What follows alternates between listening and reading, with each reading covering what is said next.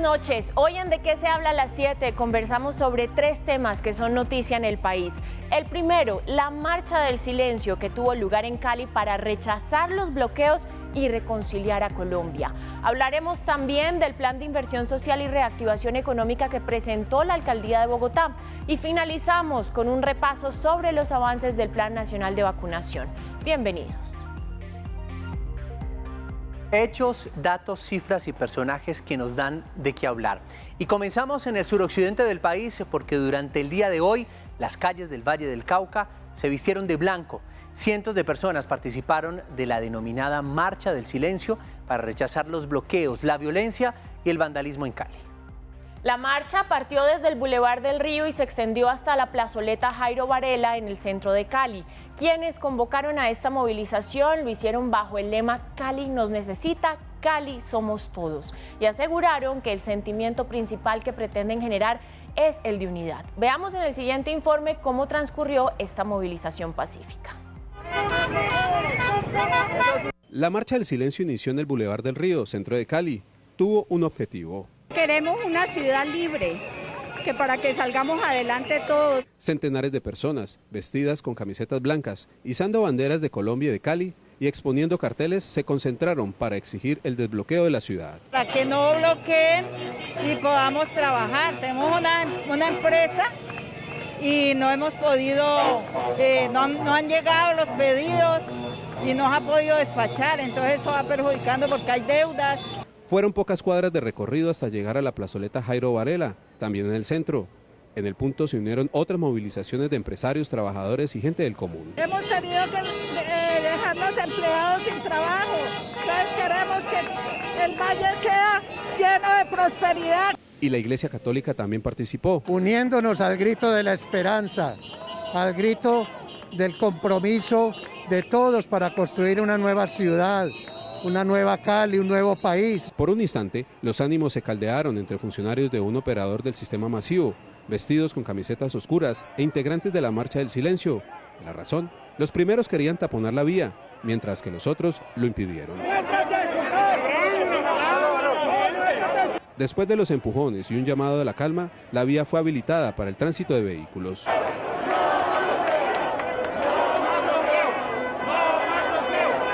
Más tarde, mediadores de paz de la alcaldía de Cali fueron agredidos. Nuestra razón de ser como mediadores es generar estrategias de resolución de conflictos y rechazamos las amenazas a las que fuimos sometidos durante este tiempo. De todas maneras, seguiremos cumpliendo con nuestra labor. La Sultana del Valle está demostrando que, a pesar de las adversidades, es resiliente, es superior a los actos violentos sucedidos en las últimas semanas. Los manifestantes dicen que Cali, con sabor y trabajo, está más unida que nunca. Más unida que nunca, y eso es lo que queremos todos los vallecaucanos y por supuesto todo el país. Para hablar de este tema nos acompaña María del Rosario Arias, empresaria, y también María Camila Velasco. Ella es emprendedora vallecaucanas y además organizadoras de la Marcha del Silencio. Muchas gracias por conectarse con nosotros en ¿De qué se habla a las 7? Explíquenos un poco, María Camila, cómo nació esta idea de la Marcha del Silencio y cuál era el propósito, y además, ¿se logró ese propósito? José Fernando, Daniela, ¿cómo están? Buenas noches y muchas gracias por invitarnos a este espacio.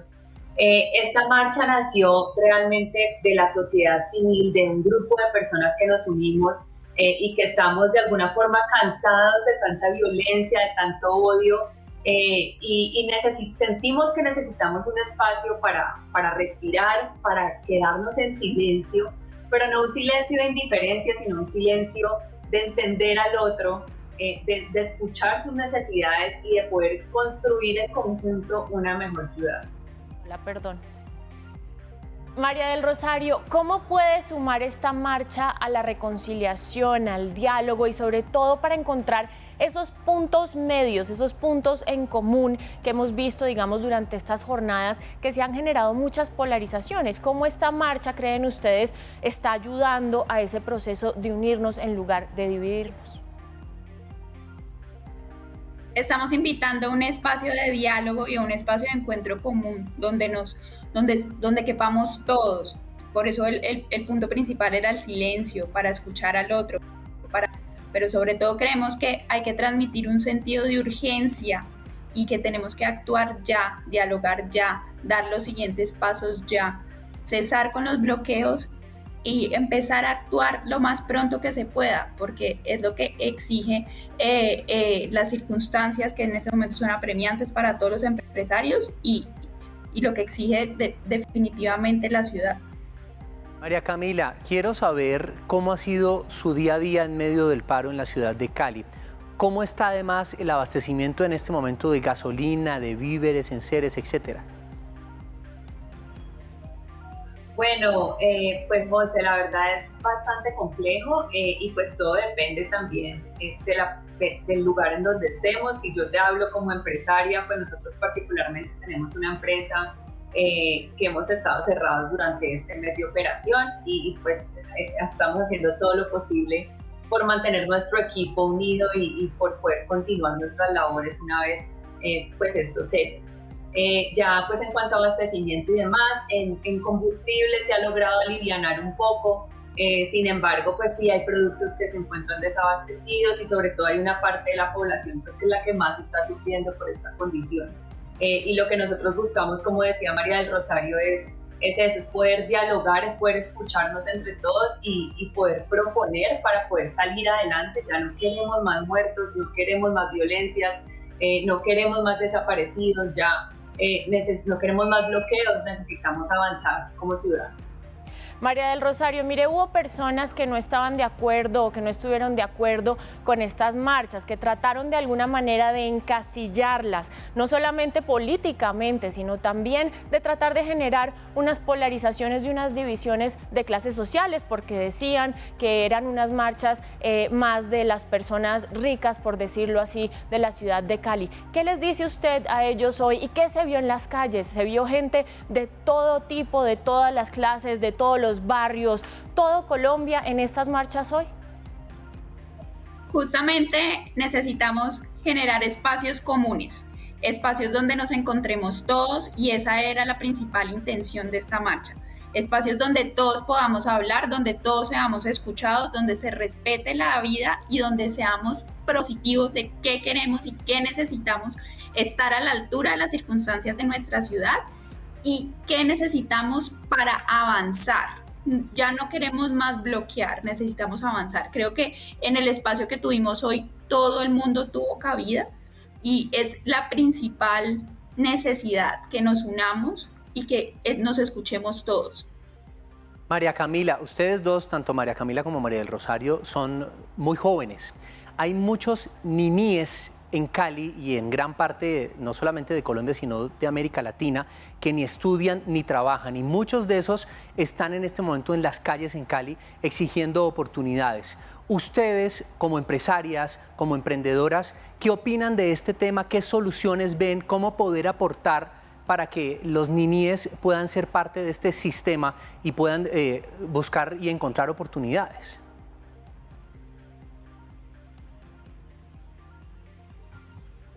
Bueno, pues sí, efectivamente, y la marcha, hablando puntualmente de la marcha, también se da porque nosotros también estamos exigiendo de alguna forma que se den esas nuevas oportunidades y mayores oportunidades para todos. Y efectivamente desde el lado empresarial hay nuevas acciones que se pueden realizar, hay muchas que ya se están tramitando, que en su momento se estarán hablando en esas mesas de diálogo y en esos espacios de conciliación y de diálogo que ya se están realizando en la ciudad. Sin embargo, pues aquí también hay un tema importante claramente de gobierno, de academia, y es necesario que todos esos actores estemos involucrados para encontrarle una solución a este problema, porque tenemos una problemática social y eso es lo primero, hay que reconocer la problemática. Eso no es una situación pequeña, y necesitamos trabajar en pro de esa nueva sociedad. María del Rosario, ¿Qué mensaje le dejan hoy ustedes también, como decía José Fernando, a estos jóvenes? Ustedes hacían hoy también un llamado al desbloqueo de todas las vías, porque nos está afectando a todos los ciudadanos, porque de esta manera, digamos, se violan los derechos de otros ciudadanos que necesitan ir a trabajar. Entonces, ¿qué mensaje les dejan hoy ustedes también a estas personas? Yo creo que el mensaje principal es la voz y la inconformidad ya se hizo sentir. Ahora necesitamos articularnos todos, sociedad civil, las personas que están en los bloqueos, las personas que están en las empresas, el gobierno. Necesitamos sentarnos, hablar y proponer para avanzar. Necesitamos actuar y seguir adelante. Creo que ese es el principal mensaje. Necesitamos dar los siguientes pasos. Y ese era el cometido principal y el inicio de esta marcha. Creo que el mensaje principal es: abramos los espacios de articulación, hablemos todos y estamos aquí para construir soluciones. Mire, yo soy caleño, vivo aquí en la capital, pero lo que me llega también me llega a través de redes sociales, a través de medios de comunicación, y veo a mi ciudad lamentablemente destruida. Pero ustedes que están ahí, María Camila, quiero que me contestes esto. ¿Cuál es el estado actual de la ciudad cuando tú la recorres, tanto en su infraestructura y como en su gente? ¿Cuál es la percepción de los ciudadanos? Yo creo que ha sido un momento histórico muy complejo, porque como les decíamos en un inicio, se ha sentido de alguna forma, y lo hemos sentido en la moral, ese odio y esa diferencia entre todos. En la ciudad se nota, sí, pues ahí, pienso yo que en el sentir de todos se nota un poco, pero pienso que ha sido toda una transformación, ¿sí? Y esta transformación nos ha llevado nuevamente a verlo con positivismo y a entender que a partir de todas estas diferencias es que vamos a construir una ciudad que va a salir mucho mejor al final, ¿sí? Y estas diferencias es lo que nos hace únicos, y en lugar de no querernos y no mirarnos por eso, abracemos esas diferencias para sacarlo adelante. Creo que esto es algo que ya se está empezando a sentir en la ciudad, y realmente sentimos que eso nos va a permitir llegar más lejos. Pues María Camila y María del Rosario, empresarias vallecaucanas y también organizadoras de la Marcha del Silencio, gracias por acompañarnos en De qué se habla a las 7, y por supuesto pues la unión es lo que más necesita en este momento el país. Gracias a ustedes. Muchísimas gracias a ustedes. Una muestra de que los buenos, Daniela, somos más. Y para seguir hablando de este tema nos conectamos con Octavio Quintero, presidente de la Junta Directiva de FENALCO Valle del Cauca. Muchas gracias por acompañarnos en De qué se habla a las 7, señor Quintero. Primero, nos gustaría, por supuesto, que nos hiciera un balance a la fecha de la situación que viven pequeños, medianos y grandes empresarios en el Valle, pero específicamente en Cali. Muchas gracias. Primero que todo a Daniela y a usted, José Fernando, por esta oportunidad de darles un saludo. Lo segundo es saludar a estas jóvenes empresarias, jóvenes, luchando por esta ciudad y con esos sueños maravillosos y con ese mensaje tan positivo y tan alentador que nos dan a todos. Yo realmente me siento muy renovado y muy emocionado que personas, digamos, tan jóvenes y con esa visión de país, de ciudad, pues nos emociona mucho. Para entrar en la materia, en la pregunta que usted me hace, yo digo lo siguiente. FENALCO la semana pasada, el día 19, entregó una encuesta que hizo las primeras 3 semanas de paro, en la que se hablaba, los empresarios hablaban de unas pérdidas, después de consolidar toda la información dentro de nuestros aliados, de 1.200.000 millones de pesos. Pero lo grave de esto no es que quizás se pierda ese dinero, porque igual se pierde el dinero, quizás se pudiera recuperar. Es difícil hacerlo, pero lo grave es lo que hay detrás de esto, es que el comercio genera el 23% del empleo en la ciudad. De esos 43 subsectores que están afiliados, que se trabajan en el seno de FENALCO Valle del Cauca, y de los 23 sectores, generamos 273.000 empleos en la ciudad de Cali. ¿Qué tal que se pierda un 5, un 10, un 20% de esos empleos? Son 40, 50.000 empleos que luego recuperarlos es muy difícil. Entendemos y estamos absolutamente seguros, y fue la gran preocupación de los empresarios que están en actividades del 0, del 20, del 80, del 70% de su actividad, diciendo estamos atendiendo a los empleados, los colaboradores, a pesar de que no estamos vendiendo, no nos está dando el negocio, tenemos dificultades. Entonces nosotros, pero no se sabe hasta cuándo vayan a llegar. Entonces el pedido de nosotros es que cese, pues digamos el tema de los bloqueos para que la actividad empresarial pueda reactivarse y poder decir que esos empleos no se generen y además buscar la manera de generar nuevos empleos para esos jóvenes que lo están demandando con tanta necesidad y con tanta ansiedad. Señor Quintero, ¿cómo van las mesas de diálogo promovidas por la Alcaldía de Cali? ¿Qué avances hay? Hoy en la mañana escuché al representante de la curia, de la arquidiócesis, escuché al señor alcalde, escuché a un vocero de las zonas de bloqueo, zonas de resistencia que llaman. Hay muy buen ambiente, se ha avanzado bastante. Entendemos que eso es muy importante porque ya hay algunos puntos de coincidencia y eso es un avance muy importante. Y además, a par y paso, también escuché hoy hablando a todos los líderes del paro a nivel nacional de las centrales obreras, hablando precisamente de eso, que también ha habido un avance muy importante. Ya hay unos puntos que se han ido aclarando y poniéndose de acuerdo, y sobre todo que también condenaron, el tema de la violencia, de los saqueos, que donde hay violencia debe actuar la autoridad, nos parece que es un avance.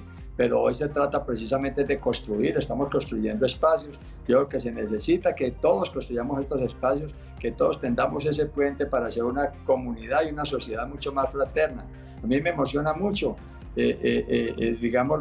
lo que se hablaba hoy, como ese mensaje de la marcha del día de hoy, que es Cali nos necesita, Cali somos todos, y no solamente Cali. El Valle nos necesita, el Valle somos todos. Colombia nos necesita, Colombia somos todos. Ese mensaje tiene que irradiarse a nivel nacional, porque lo que está pasando en el Valle y en Cali, que estamos sufriendo el 40, 50%, 60% de la mayor, impacto económico, social, psicológico, también lo está sufriendo, el país general. Por supuesto, señor Quintero, muchos sectores de la capital del Valle han rechazado la gestión en estos tiempos de crisis por parte del alcalde de Cali y la gobernadora del Valle del Cauca. A su juicio, ¿cómo evaluar la operatividad de los mandatarios locales durante esta situación de paro? Yo lo único que le digo es que hoy no podemos buscar culpables, hoy estamos construyendo caminos y estamos en ese camino del diálogo. Yo lo que les he escuchado a ellos es que hay, unas competencias regionales, unas competencias locales, unas competencias nacionales, unas competencias de la policía, de la fuerza pública. Entonces hoy precisamente estamos construyendo y tendiendo puentes. Si alguno de nosotros como empresarios nos hemos equivocado, como ciudadanos nos hemos equivocado, como caleños, como colombianos, el alcalde, la señora gobernadora, el señor presidente y cualquiera en su accionar nos hemos equivocado. Hoy precisamente ese mensaje de construcción, de tender puentes y de generar y buscar nuevos escenarios, porque es de la única manera que podemos avanzar y sacar, al país y al valle de esta situación que estamos padeciendo. Yo creo que es de la única manera que lo logramos. Pues justamente con eso que usted dice, a partir del diálogo, a partir de la construcción, de la unión, ¿cuáles son esas posibles soluciones para reactivar las fuentes de empleo? ¿Cuáles son las propuestas de FENALCO para de alguna manera lograr salir y sortear esta crisis? Miren, nosotros incluso desde el año 2019 empezamos a construir como una idea y una propuesta a raíz del paro del 21 de noviembre de 2019, y lo llamamos un empleo más. Y un empleo más no es un empleo más porque quizá las empresas pequeñas de menos de 10 colaboradores generar un empleo más les cueste muchísimo, porque es el 10% quizá de su nómina. Por una empresa que genere de 40, 50 empleos en adelante, perfectamente puede generar 2 empleos más. O una empresa grande que esté activada y esté económicamente activa y esté generando buena actividad empresarial, puede generar 5 o 10 empleos más. Entonces, como símbolo lo pusimos un empleo más, pero se vino la pandemia y en medio de esa crisis pues tocó un poco aplazar esa propuesta. Ahorita la hemos reactivado, esa propuesta de un empleo más, pero lo hemos alineado en un trípode que es el ideal para que esto se dé. Pues ante esta propuesta, que además pues es muy importante, porque ya lo habíamos hablado también sobre los niños que ni han estudiado ni trabajado y necesitan una oportunidad, pues muchos que ya están en el sistema de trabajo, pues se preocupan y se preguntan, bueno, si van a abrir espacios de empleo para los jóvenes, ¿eso quiere decir que van a quitar espacios de empleo para los más adultos? ¿Cómo se va a sortear este tema para que ninguno se vea afectado? Jamás, es que yo creo que ahí está clarísima la buena voluntad de nosotros los empresarios. Pues mal haríamos nosotros sacrificar un empleo que ya tenemos en nuestra empresa. Entonces, ¿dónde entra el empleo más? Yo creo que este es un tema de buena voluntad, donde todos vamos a tener unas reglas del juego claras. Yo creo que tenemos que jugar limpio y eso tenemos que hacerlo. Y creemos que el empresario, si se compromete a generar un empleo más, porque es un empleo más, que si tiene 40, tenga 41, que tiene 20, tenga 21, que tiene 80, tenga 82, 85, los que podamos.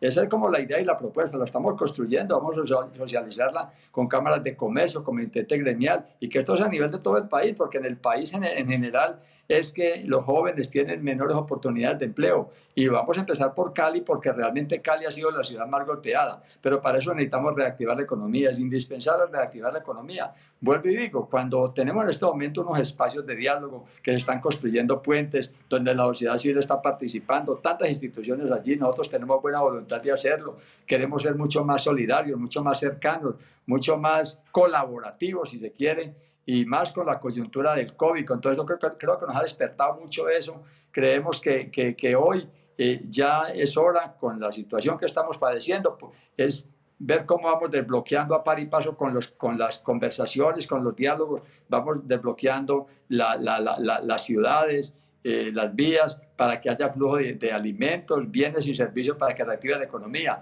Porque ustedes entenderán y lo saben y han hecho los análisis, han visto que los alimentos, algunos alimentos se han subido impresionantemente, ha habido escasez de alimentos, esto hay dificultades en lácteos, en huevos, en azúcar, en panela, en cantidades de productos, porque no están llegando, no han podido producir, y los que han podido producir no han llegado a los centros de consumo y está generando mucha escasez y carestía. ¿Quién paga el plato roto? Pues desafortunadamente el más pobre, porque al fin y al cabo el que tiene dinero quizás se la pueda rebuscar y tenga cómo pagar ese sobrecosto, pero un pobre que le vale, como fue el caso aquí en Cali, que estuve caminando las galerías hace 15 días, y un tomate que valía, una libra de tomate que valía 900.000 pesos, una libra de tomate a 5.000 pesos, una libra de zanahoria no se conseguía, una libra de papa de 800, 700 pesos a 3.500 pesos, y así por el estilo, un mango o una papaya que valía, por decir algo, 2.000 pesos a 8 y 10.000 pesos,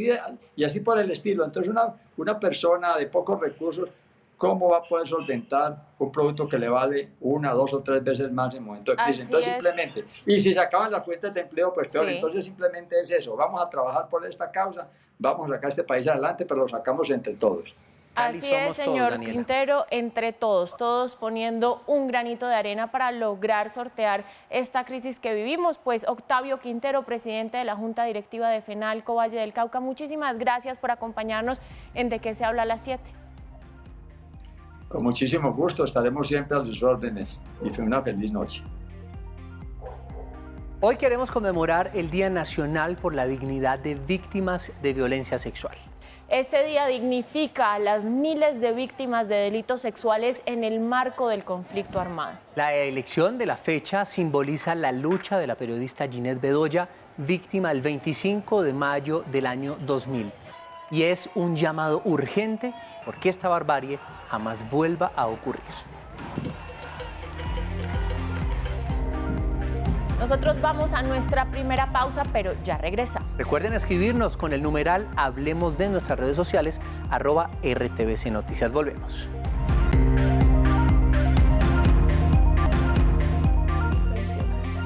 Gracias a ustedes por continuar con nosotros en De Qué se habla a las 7. Hoy se celebra el Día del Orgullo Geek. Ustedes se preguntarán, ¿qué es esto? Es una iniciativa para promover esta cultura que se caracteriza por tener una comunidad con amplio conocimiento sobre el mundo tecnológico. La fecha fue escogida en conmemoración del lanzamiento de la Guerra de las Galaxias en 1977. Para los fans de franquicias como Star Wars, esta celebración se convierte en una forma de hacer honor al mundo de los cómics, animes, videojuegos y aquellos elementos de la cultura pop extravagante y fantástica. Y vamos a continuar hablando de la capital del país porque la alcaldesa de Bogotá, Claudia López, informó que cambiará la destinación de 2 billones de pesos del presupuesto de la ciudad para programas de educación y empleo de emergencia para jóvenes y mujeres en Bogotá, renta básica para familias en pobreza extrema, atención humanitaria e inversión en sectores que generan empleo en la ciudad. La alcaldesa también añadió que desde el 8 de junio, siguiendo los protocolos de bioseguridad, se reactivarán todos los sectores económicos de la ciudad. La alcaldía presentará protocolos de bioseguridad, ventilación y cuidados para que todos los negocios regresen a una apertura inmediata. Si tiene dudas sobre este plan de cambio y rescate social, preste atención a este informe.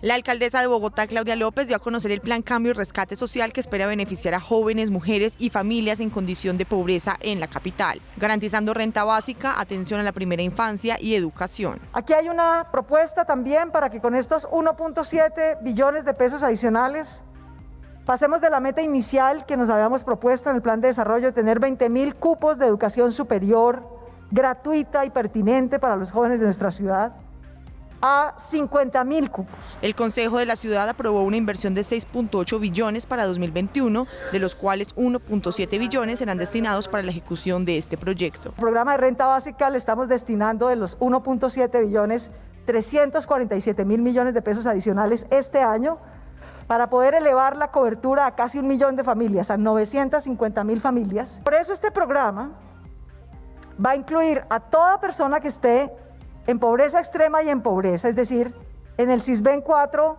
A y B, hasta el nivel C5, que incluye vulnerabilidad. La niñez y la educación son también puntos enfáticos del plan. Estamos asignando aquí cerca de 100.000 millones de pesos adicionales.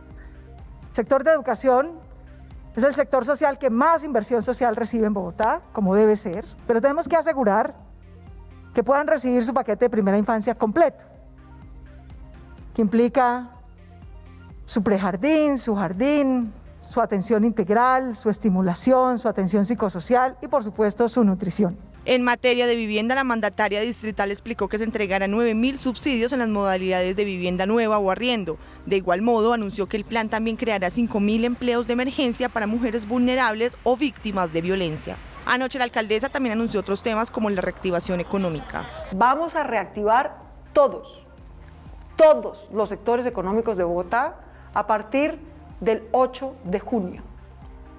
La gente necesita trabajar para poder salir adelante. En cuanto al paro nacional, afirmó: este miércoles entregaremos a la Oficina de la Alta Comisionada de Naciones Unidas para los Derechos Humanos las denuncias y evidencias que hemos recopilado sobre violaciones a los derechos humanos durante el paro en Bogotá. Y dejó un mensaje a los jóvenes que generó controversia. Que este mismo año, sin falta, sin excusas, en el Congreso o en las urnas, ustedes logren la reforma civilista de la policía, un plan nacional de rescate social y económico de los jóvenes y su derecho a ser elegidos representantes de sus regiones o senadores de su país a los 18 años. El próximo 11 de junio, Claudia López radicará en el Consejo de Bogotá el Plan Cambio y Rescate Social para su aprobación. A esta hora nos conectamos con Diego Lacerna, concejal del Partido Verde, y con Gloria Díaz, concejal del Partido Conservador. Gracias a los dos por acompañarnos en De qué se habla a las 7. Miren, concejales, ¿qué percepción tienen o cómo reciben esta nueva propuesta tanto de reactivación económica como de alguna manera, digamos, salvación temporal? Quisiera empezar entonces con la concejala Gloria Díaz. Gracias, Daniela. Muy buenas noches. Un saludo especial para usted, para José Fernando, en este espacio periodístico. Por supuesto que recibo con total agrado la decisión que se ha tomado de dar apertura total a la economía bogotana. estábamos negados ante una realidad, y es que el tejido productivo de la ciudad de Bogotá se ha venido destruyendo, un tejido productivo representado en las pequeñas y medianas empresas que sostienen la economía bogotana y que generan a su vez empleo, un empleo que hoy ya estamos viendo cómo se ha visto afectado a nivel de la ciudad, pero también del país. Y de ahí que esperamos que existan garantías de seguridad jurídica para todos esos sectores que desde hace más de un año se han visto afectados por medidas restrictivas que castigan al que paga impuestos y lamentablemente premian al que no está cumpliendo con las medidas de autocuidado, las medidas sanitarias impuestas por las autoridades. Sí. Concejal La Serna, la misma pregunta para usted. ¿Cómo ve este plan de reactivación y esta salvación temporal? Buenas noches, Daniela, José Fernando, Gloria. Mire, a mí me parece una gran noticia. Yo creo que el plan que presentó ayer y que amplió hoy la alcaldesa demuestra que ha estado escuchando a la gente que se ha manifestado ya casi durante un mes en la calle y decide de manera frontal darle una mano a los jóvenes, dar mano a las mujeres que han sido los principales afectados en términos de empleo y empezar a construir con las herramientas que tiene el distrito una renta básica que ya veníamos intentando implementar desde marzo del año pasado, pero que según el plan que presentó la alcaldesa hoy, vamos a ampliar a casi 350.000 familias adicionales. Concejala Gloria Díaz, profundicemos un poco más en cómo se desarrollarán los programas de educación y empleo de emergencia para jóvenes y mujeres en Bogotá y sobre todo, cómo podrán acceder o cómo esto plantea que pueden hacer los interesados para acceder a estos beneficios. Bueno, lo primero que quiero señalar, José Fernando, es que esta es una iniciativa que aún no ha sido aprobada al interior del Consejo, que merece una discusión y, por supuesto, el nutrido debate que tiene que acoger las distintas ópticas de las bancadas al interior del Consejo Bogotá. Con esto quiero señalar que celebramos, por ejemplo, que se amplíe en más de 30.000 cupos la oferta ya establecida de 20.000 jóvenes en materia de educación superior. Y quiero destacar algo que es muy importante y que seguramente le puede servir a ese joven que está preparado, pero que lamentablemente el mercado laboral no lo absorbe, y es garantizar vía incentivos con la empresa privada, que eso lo celebro porque lamentablemente a veces competimos entre lo público y lo privado.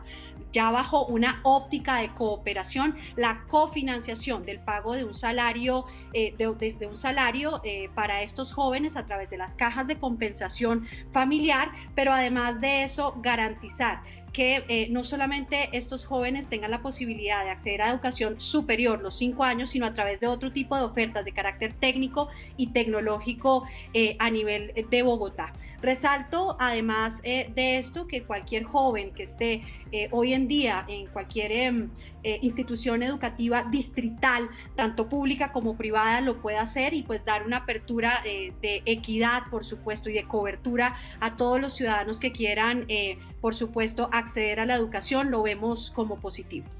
Concejal La Serna, mire, hablemos de la reactivación económica porque por supuesto es muy necesaria para el país, pero pues es una realidad que estamos viviendo un pico bastante difícil de COVID-19. Esto entonces quiere decir que se traslada un poco la responsabilidad a los empresarios, a los comerciantes sobre cómo mantener la bioseguridad, las medidas de prevención y evitar, digamos, un posible pico mucho más grave.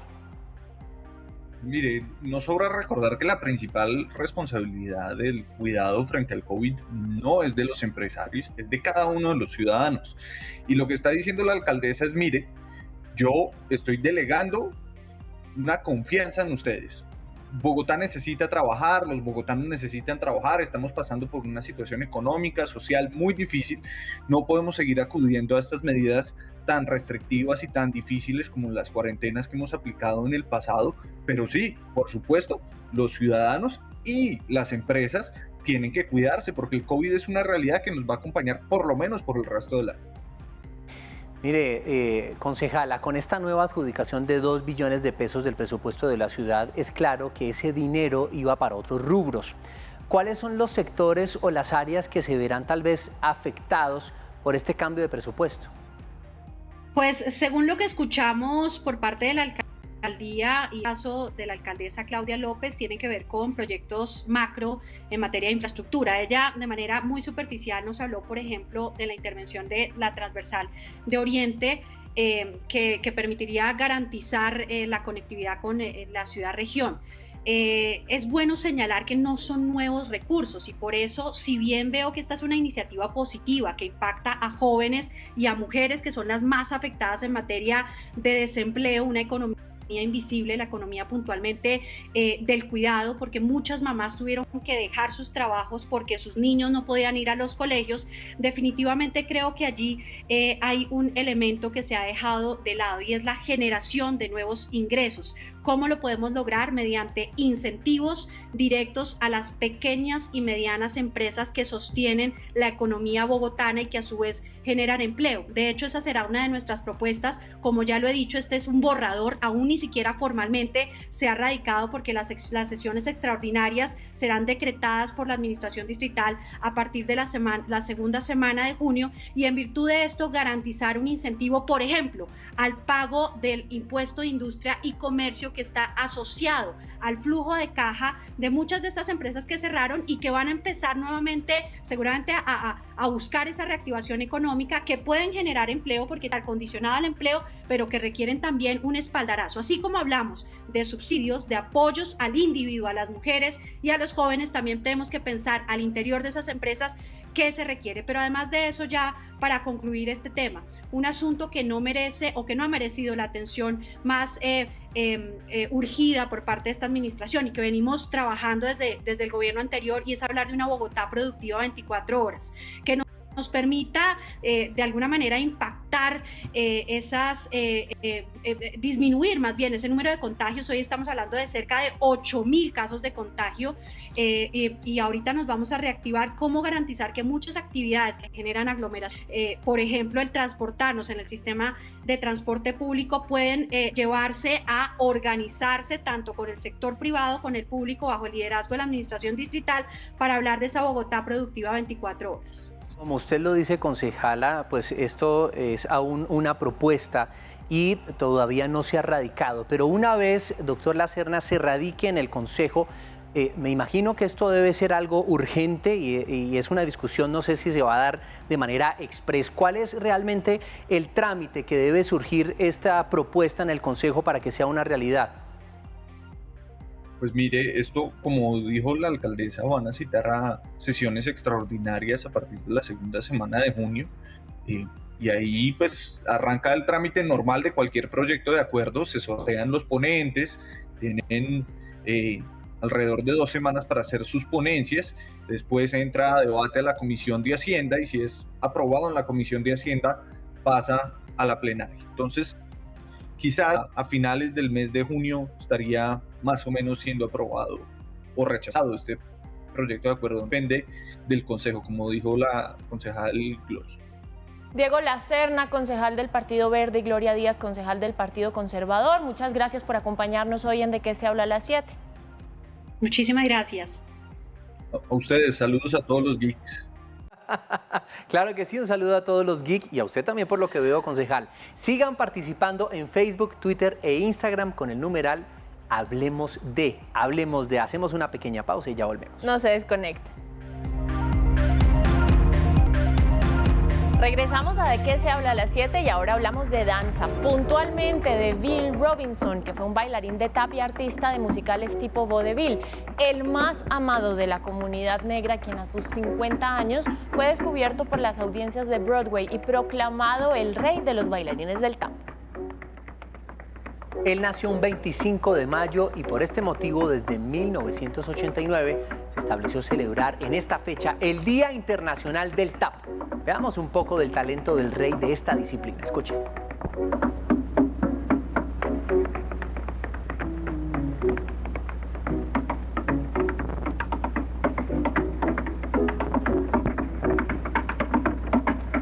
Y ahora hablamos hablamos de un tema que sigue siendo noticia en el país, por supuesto, con más de 3,1 millones de colombianos que ya recibieron las 2 dosis de la vacuna contra el COVID-19, se puede decir que el Plan Nacional de Vacunación, a 94 días de haberse iniciado, va por el 8,71% de la meta fijada de inmunizar a 35 millones de personas antes de finalizar el año, para alcanzar el nivel mínimo de protección colectiva que permita frenar la expansión del virus. Este proceso fluctúa entre el optimismo del gobierno, que asegura tener controladas todas las variables para cumplir con el objetivo, y los cálculos que expertos hacen y consideran que difícilmente se alcanzará el ritmo y las condiciones con las que se avanza. Veamos el siguiente informe para conocer cómo se desarrolla el plan de inmunidad. Maestros, personas entre 55 y 59 años y ciudadanos que tengan alguna comorbilidad son algunos de los grupos que están priorizados en la tercera etapa en el plan de vacunación que ya arrancó desde el 22 de mayo. Además, en esta etapa se espera inmunizar al personal de Fuerza Pública, Migración Colombia, Fiscalía General de la Nación, Guardia Indígena, Talento Humano de las funerarias y a la máxima autoridad de Policía y Sanitaria Nacional, Municipal, Distrital y Departamental.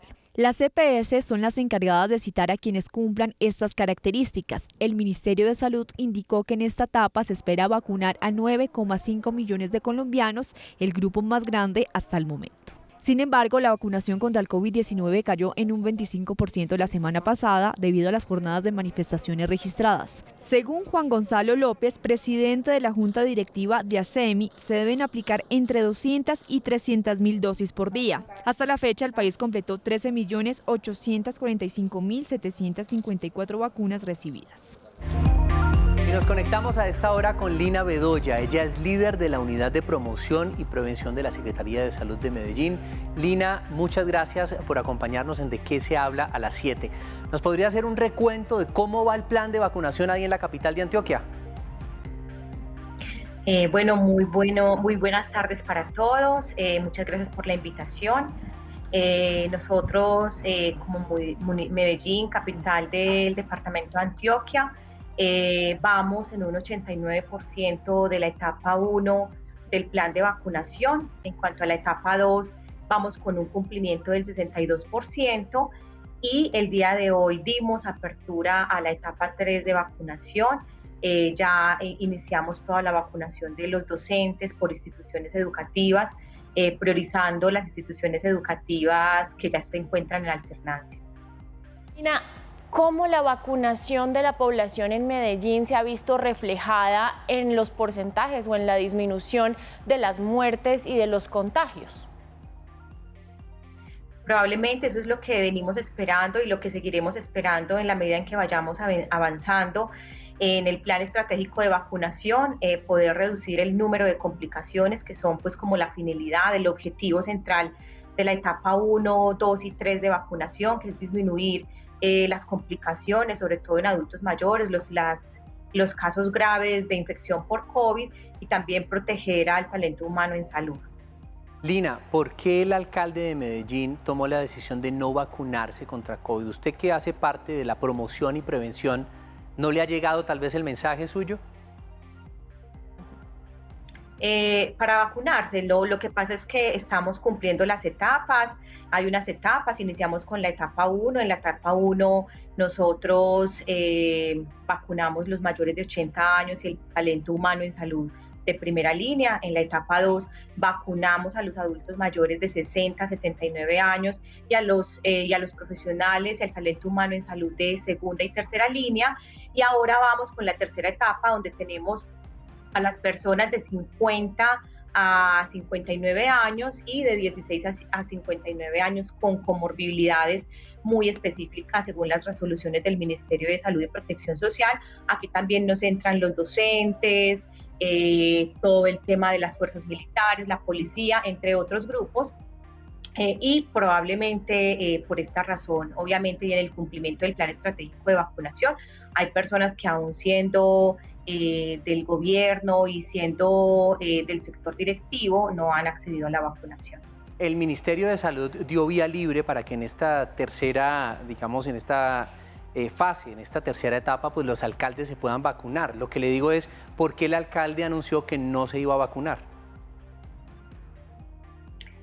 Bueno, no, yo creo que es dándole pues como la entrada a priorizar la población que se encuentra en riesgo. En este momento la prioridad es vacunar a todos los docentes de nuestra ciudad para que podamos avanzar en el ingreso de los estudiantes a las instituciones educativas y en todo el proceso de alternancia. Tenemos la mayoría de instituciones educativas sin poder iniciar ni siquiera la alternancia y es una prioridad para nosotros avanzar en la vacunación de esta población.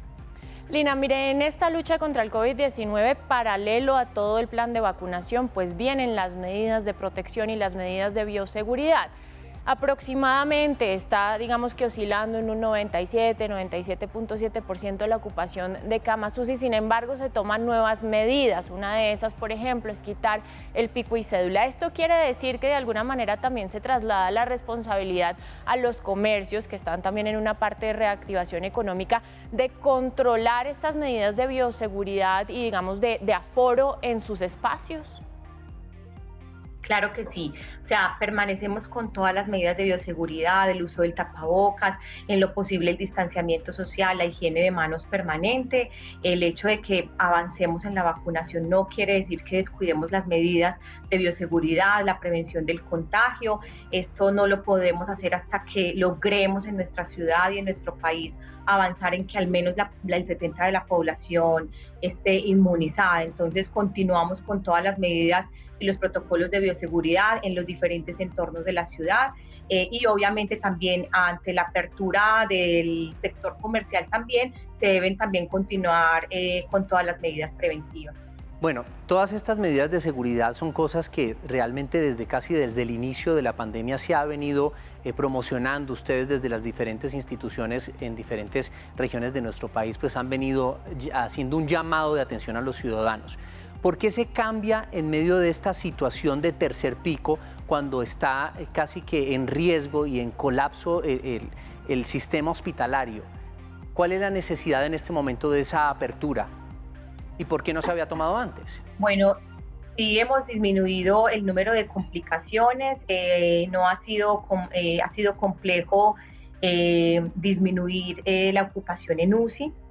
Sin embargo, hay evidencia de que hemos ido disminuyendo el número de contagios y el número de casos complicados, sobre todo en adultos mayores. Y esto obviamente pensamos que es debido al avance que tenemos en el proceso de vacunación. Consideramos que podemos ir como a la par en la medida en que vayamos avanzando con algunas poblaciones, podemos ir también, digamos, flexibilizando algunas medidas.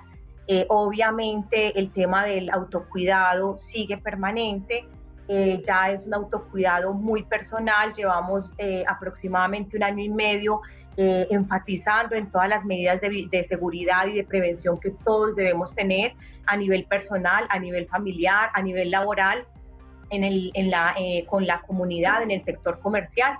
Entonces también pensamos que hace parte de la responsabilidad de cada persona que adopte sus medidas de autocuidado y que podamos ir avanzando también en la vacunación, pero también ir flexibilizando medidas en la medida en que nosotros veamos que van reduciendo también las cifras de contagio.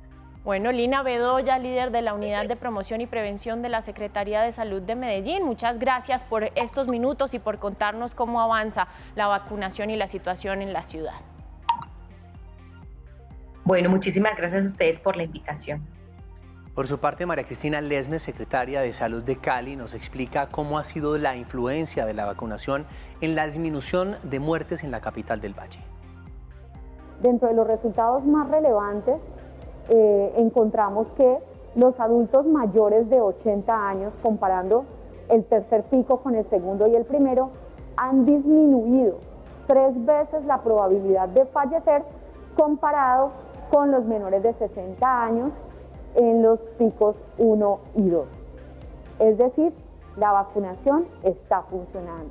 También, si comparamos los fallecidos, la tasa de mortalidad por 100.000 habitantes, la tasa de mortalidad ha disminuido del 47 a 34 por 100.000 habitantes, con un impacto que puede en este momento ser atribuido, si mantenemos las condiciones homogéneas, a la vacunación. Hasta el momento los resultados son positivos, la eficacia de la vacuna ya se percibe en la ciudad de Cali, una disminución de 3 veces en la mortalidad en los adultos mayores de 80 años, donde hemos alcanzado una cobertura del 76%. El secretario de Salud de Barranquilla también explica cómo va la vacunación en la capital del Caribe. Barranquilla recibió más de 50.000 dosis para continuar el Plan Nacional de Vacunación. También ha iniciado la vacunación de tercera etapa en población de 55 a 59 años. Recuerden, requiere agendamiento.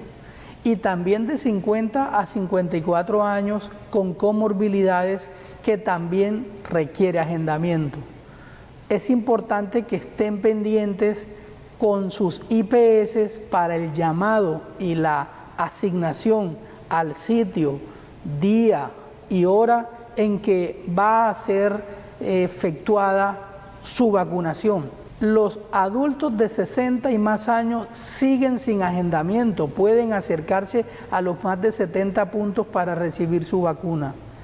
401-0204, el teléfono para que llamen y pregunten cualquier información que aún no tengan clara. Es el reporte desde Barranquilla y momento para hacer una actualización informativa con los reporteros de RTVC Noticias. Los bloqueos en las vías siguen afectando a las empresas nacionales. Una encuesta de Confecámaras, que es el gremio que reúne a las cámaras de comercio del país, señaló que de cerca de 13.000 compañías encuestadas, 2.881, es decir, el 22%, tuvieron que cerrar o suspender su operación por estos bloqueos. Esto significa que 2 de cada 10 empresas frenó su producción. Otro dato importante es que el 90% de estas compañías señaló que hasta 5 empleos de los que ofrecen están en riesgos por estos cierres. En nuestra emisión central de las 8 de la noche tendremos más detalles sobre esta encuesta y también uno de tantos casos de los empresarios que debió cerrar su operación por los bloqueos en las vías. La noticia política del momento tiene que ver con el debate de moción de censura que en este momento se desarrolla en la plenaria de la Cámara de Representantes en contra del ministro de la Defensa, Diego Molano. Al inicio de la sesión, los partidos de oposición han insistido en la salida del ministro del gobierno. Sin embargo, hemos podido establecer que los partidos de la U, Cambio Radical, Partido Conservador y obviamente el Centro Democrático no van a apoyar esta moción de censura. En instantes estaremos entregándoles a ustedes todos los detalles de lo que ha transcurrido durante esta sesión plenaria de la Cámara de Representantes. Ya a esta hora actualizamos información judicial porque la Procuraduría General de la Nación abrió indagación preliminar en contra de la concejal de Bogotá, Heidi Sánchez Barreto, por presuntas irregularidades a la hora de haber publicado información a través de las redes sociales. La ampliación de esta noticia en nuestra emisión central. Terminamos por hoy, pero nuestra cita es mañana nuevamente a las 7 de la noche para que hablemos de lo que conversan los colombianos. Muchas gracias por acompañarnos. Los dejamos con nuestra emisión central. Feliz noche.